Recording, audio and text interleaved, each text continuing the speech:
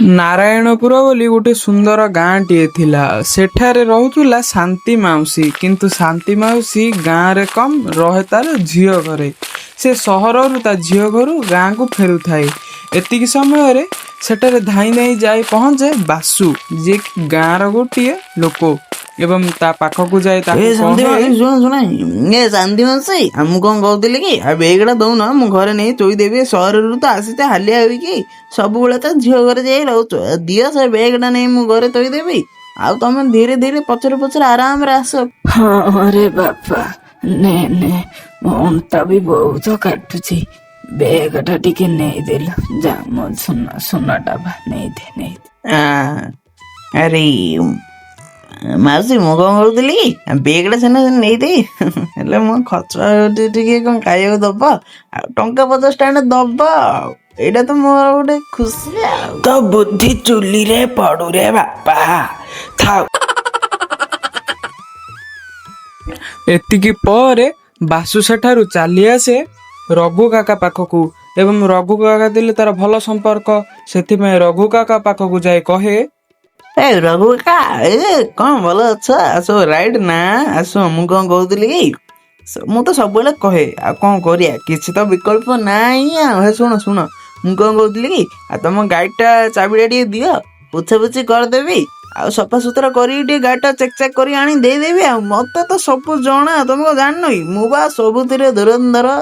ଆଉ ଶୁଣ ଶୁଣ, ହେଲେ ଦିଅ ଚାବିଟା, ଦିଅ, ଟିକେ ପୋଛାପୋଛି କରିଦବା। ଆରେ ହଁ ହଉ, ଭଲ କଥା, ତୁ ଗାଡ଼ିଟା ନେ, ସଫାସଫି କରିଦେ, ଭଲକି ପୋଛାପୋଛି କରିବୁ। ଆଉ ସେ ଇଞ୍ଜିନ ଫିଞ୍ଜିନ ଯାହାର ମଇଳା ଟିକେ ସଫା କରିବୁ, ନହେଲେ ଖାଲି ବଡ଼ ବଡ଼ ସାଉଣ୍ଡ ହବ ତୋ ଭଳିଆ ନେକରେ କାମ କିଛି ନାହିଁ ରେ ବାପା। କାକା ମୁଁ କଣ କହୁଥିଲି କି ମୋର ତ ଜାଣିଛ ହିସାବଟା କେମିତିକା, ହେଲେ ସଫାସଫି ସବୁ କରିଦେବି, ଗାଡ଼ିଟା ଚେକ୍ ଚାକ୍ କରିଦେବି ଯେ, ହେଲେ ମୁଁ କଣ କହୁଥିଲି ମାନେ ମୋର ସେ ଟଙ୍କା 100 ଦେଇଥାନ୍ତା ଆଉ ମୋ ହିସାବରେ। ଆଉ 100 ଦେଲେ ମୁଁ ଟିକେ ମୋ କାମ ହେଇଥାନ୍ତା। ଆଉ ଶଳା ମୁଁ ଠିକ୍ ଜାଣିଛି, ମୁଁ ଠିକ୍ ହିଁ ଜାଣିଛି, ତୁ ବା ସେମିତି ଶଳା କାମ କରିବୁ, ଗୋଟେ ଆଡ଼େ ନାଟ ଲଗେଇବୁ, ଆଉ ଗୋଟେ ଆଡ଼େ ପଇସା ମାଗୁ, ଇଆଡ଼େ କରିବୁ ସିଆଡ଼େ, ଚାଲରେ ସିଆଡ଼େ, ତତେ କିଏ କାମ କରିବାକୁ ଦବ? ସେଠାରୁ ମନ ଦୁଃଖ କରି ବାସୁ ସେଠାରୁ ଚାଲିଯାଏ। ବଡ଼ ଆସିଲେ କାମ କରିବା ବାଲା। ହେଲେ ଶୁଣ ଶୁଣ, ତମେ ମାନେ ଆମ ଭିଡ଼ିଓ ଗୁଡ଼ାକ ଦେଖୁଛ, ବହୁତ ମାତ୍ରାରେ ଦେଖୁଛ, ଏଥିପାଇଁ ଆମେ ବହୁତ ଖୁସି, କିନ୍ତୁ ସବସ୍କ୍ରାଇବ୍ ଟିକେ କର। ବାଟରେ ଗଲାବେଳେ ବାସୁ ଭାଇ ଗୋଟେ କଥାଟେ କହି ଖରାପ ଭାବିବନି ହେଲା। ଆରେ ବାସୁ ଭାଇ, ଲୋକମାନେ ତତେ ବହୁତ ଖରାପ ଭାବୁଛନ୍ତି ରେ। ତୁ କାହିଁକି ସ୍ୱାର୍ଥ ପଛରେ ଏତେ ଧାଉଁଛୁ? ନୀଳମାଧବର ଏପରି କଥା ଶୁଣି ବାସୁ ତାକୁ କହେ, ହଁ ରେ, ମୁଁ ତ ସବୁ କହିବେ, ମୁଁ କଣ ଜାଣିନି କି? ଆଉ ଶଳା ତ ନିଜେ କରିବେନି, ଆଉ କରିଲେ ବି କହିବେ। ଆରେ ଦୁନିଆରେ ବିନା ସ୍ୱାର୍ଥରେ କିଏ କଣ କାହାକୁ କେବେ ସାହାଯ୍ୟ କରିଛି ନା କରିବ? Don't worry, I will do this. ତୁ ନିଜେ ଭାବୁନୁ, ତୋର ବିନା ସ୍ୱାର୍ଥରେ କିଏ କଣ କାମ କରିଛି?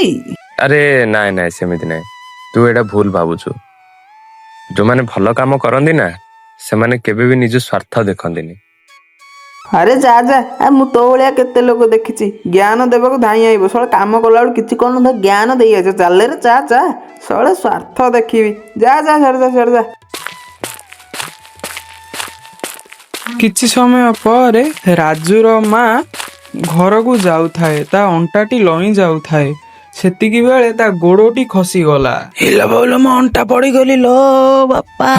ଚାଲରେ ମାଉସୀ ପଡ଼ିଗଲା ରେ। ଆରେ ଚାଲ ମାଉସୀ ପଡ଼ିଗଲା ରେ। ଆରେ ମାଉସୀ ପଡ଼ିଗଲା ରେ। କାହାର ବି ମୁଣ୍ଡକୁ କିଛି ବୁଦ୍ଧି ବାଟ ଦିଶୁନଥାଏ। ବୁଢ଼ୀ ଲୋକଟି ଅଣ୍ଟାଟି ଭାଙ୍ଗିଗଲା, କିଏ କଣ କରିବ ଜାଣି ପାରୁନଥାଏ। ଲାଗୁଛି ମାଉସୀଙ୍କ ଅଣ୍ଡାଟା ଭାଙ୍ଗି ଯାଇଛି, ସେଥିପାଇଁ ତାକେ ଉଠି ପାରୁନାହାନ୍ତି, ମଟମଟ କରି ଅନଉଛନ୍ତି। ମେଡ଼ିକାଲ ନେବାକୁ ହିଁ ପଡ଼ିବ। ଭାଇ ମାନେ ମୁଁ ନଇ ଯାଉଛି, କିଛି ଅସୁବିଧା ନାହିଁ। ନିଜର ତ କିଛି କାମ ଧନ୍ଦା ନାହିଁ, ନିଜେ ତ କିଛି କରିବୁନି, ଅନ୍ୟକୁ କିଛି କରେଇ ଦେବୁନି। ସାହାଯ୍ୟ କରିବୁ, 50 ପଇସା ମାଗିବୁ, ନହେଲେ ଆଉ ତା ନାଁରେ ଗପି। କିଛି ସମୟ ବିତିଗଲା। ନୀଳମାଧବ ନେଇ ରାଜୁର ମାଆକୁ ଦେଖାଇ ଘରକୁ ଆଣେ। ଏତିକି ସମୟରେ ମଉସା କୁହନ୍ତି ତାକୁ, ଆରେ ବାବା ନୀଳ, ତୁ ଯଦି ଆଜି ନଥାନ୍ତୁ ନା, ମାଉସୀର ଅଣ୍ଟାଟା କଣ ହେଇଥାନ୍ତା, ତା ଅବସ୍ଥା କଣ ହେଇଥାନ୍ତା କିରେ। ଧନ୍ୟବାଦ ବାବା, ଧନ୍ୟବାଦ, ଭଲ କାମଟେ କରିଛୁ। ଆରେ ନା ନା ମଉସା, ଏଇଟା ତ ମୋ କର୍ତ୍ତବ୍ୟ। ତମେ ଧନ୍ୟବାଦ ଦେଇ ମତେ ଆଉ ଋଣୀ କର ନାହିଁ। ଆମେ ଯଦି ପରସ୍ପରର ସୁଖ ଦୁଃଖରେ ଠିଆ ନ ହେବା, ତାହେଲେ ସମ୍ପର୍କର ଲାଭ କଣ? ହଉ ମଉସା, ମୁଁ ଏବେ ଆସୁଛି। ନୀଳମାଧବ ସେଠାରୁ ଚାଲିଗଲା। ଦୂରରେ ଥାଇ ଦେଖୁଥିବା ବାସୁ ମନ ଦୁଃଖରେ ଘରକୁ ଫେରେ। ଘରକୁ ବହୁତ ଟେନସନରେ ଫେରି ସେ ମନେ ମନେ ଭାବେ, ଆରେ ହେ ଶଳା ଏଗୁଡାକ ଏମିତି ଯାକ କିରେ। ଶଳା ମୁଁ ଏତେ ସାହାଯ୍ୟ କରୁଥିଲି, ସ୍ୱାର୍ଥ ଦେଖୁଛୁ ବୋଲି କହିଲେ। ଆରେ ହଁ ସତ କଥା ତ, ସ୍ୱାର୍ଥ ଦେଖିବା ଠିକ ନୁହେଁ। ଆଜିଠୁ ଚେଞ୍ଜ ହେଇଯିବା, ବଦଳିଯିବା। ବାସୁ ମନେ ମନେ ଭାବିଦେ ଭଲ ମଣିଷ ହେବ ବୋଲି ଏବଂ ସମସ୍ତଙ୍କ ଆଗରେ ଏଥର ଦେଖାଇ ହେବନି ବୋଲି ସେ ମନେ ମନେ ଭାବିଥାଏ।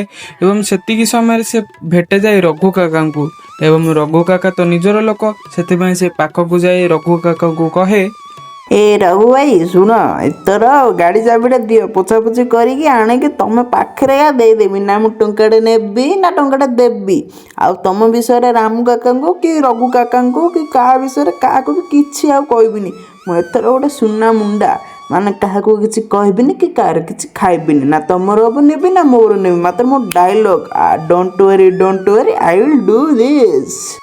ଆରେ ଏଇଠି ତ ଓଡ଼ିଆ ମାଳ ଖାଇଯାଉଛି। ଆରେ ବାବା ଟିକେ ଭଲ ମଣିଷ ହେ, ଚଙ୍ଗ ଫଙ୍ଗ ହେନି, କଥାବାର୍ତ୍ତା ବେଶୀ କରେନି, ଯେତିକି ଦରକାର ସେତିକି କରେ, ଭଲ ମଣିଷ ଟିକେ ହେ ରେ।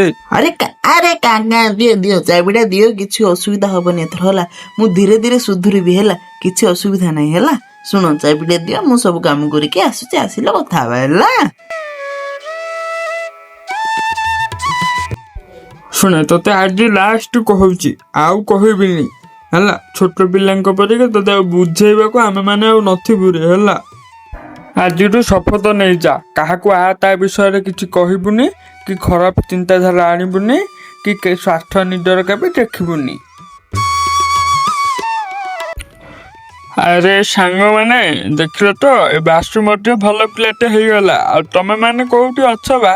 ଶୁଣ, ଚ୍ୟାନେଲକୁ ସବସ୍କ୍ରାଇବ କର, ଏମିତିକା ଭିଡ଼ିଓ ଦେଖ ଏବଂ ଭଲ ମଣିଷ ହୁଅ।